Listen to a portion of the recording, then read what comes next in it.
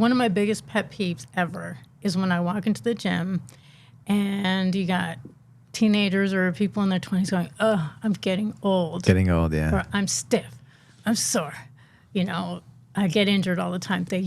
They are bringing that to pass with their words. And you're never going to hear me walk into a gym saying, oh, I'm old. Like, I just don't say it. And I don't speak those words over myself. You know, I've always said I'm strong. My body's strong. I don't get injured. Don't accept it. I don't accept it. And I've been healthy all these, you know, of course things do happen, but it's incredibly rare. And I think it's because of my mind, honestly.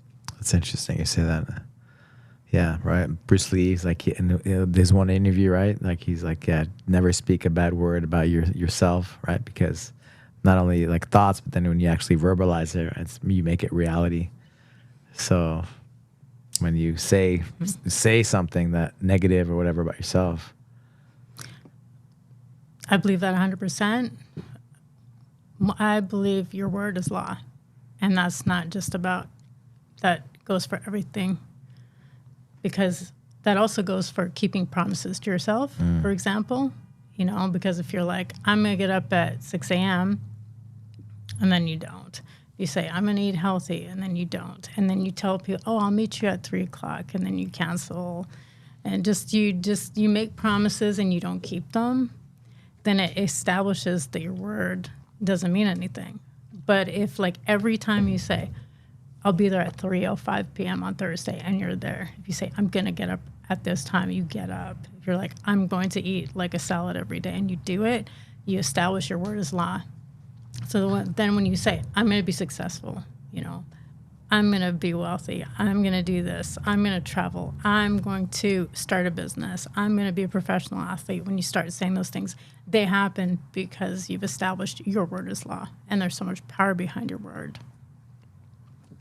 We're talking about the Rocky when he goes for that walk the night before the fight, right? And he's like, if I can go the distance, right? But then him, you know, the self-esteem or his value, right? He's establishing his value. Mm-hmm. And so like us giving a promise to ourselves, like I'm going to be at 3:05, and then showing up at 3:05, and then stringing those things together, because you can say, right, I'm going to be a world champion, I'm going to be a professional boxer, or whatever it is that you're going to do. But if you don't follow those little, I'm going to work out, I'm going to do this, I'm going to do that, and you don't do all those fulfill all those promises, right? Those things don't happen. It's the working in silence, right? Mm-hmm. Nobody's watching, day in and day out. Absolutely.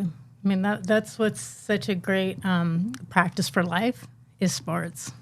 You know, it's like the discipline and the focus and being like, okay, like for me, I had my little, I had my, pardon me, I had my workout routine, I had my mental training plan, and I had my nutrition plan. And I said to myself, if I follow all these things, then I'll be successful. It's really simple. What were the things? You said 5 things? I said my nutrition plan. Nutrition. My workout plan. Workout plan, like your schedule? Yeah, and my mental training program. Mental training. Mm-hmm. You did that early on. I did. I somehow stumbled upon a book. You know, when I was in the library once, it was the first kind of self-help book I ever read. It's called Creative Visualization.